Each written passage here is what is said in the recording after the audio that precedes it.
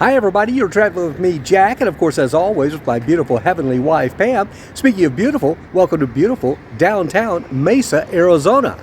Boy, this is a surprising place just outside the Phoenix area, downtown Phoenix that is. It's actually part of the Phoenix Metro, I guess you could say. But I came out today just to have some lunch, and then I stumbled across this place back here.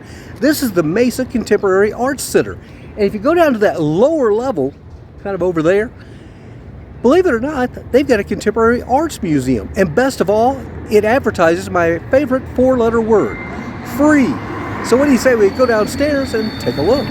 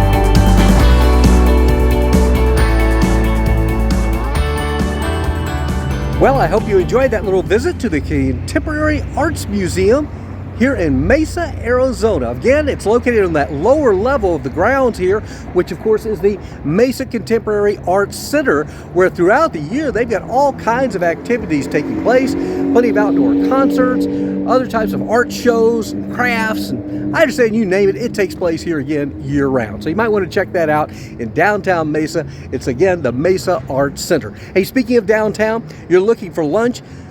You know I'm a good Southerner, and I found a Gus's Fried Chicken out of Memphis, Tennessee, located along the main drag here. And you betcha, I had to try the fried chicken, and it was just like being back in Memphis. So you might want to check that out as well. Again, though, if that's not your thing, lots of other restaurants and shops you can visit in beautiful downtown Mesa.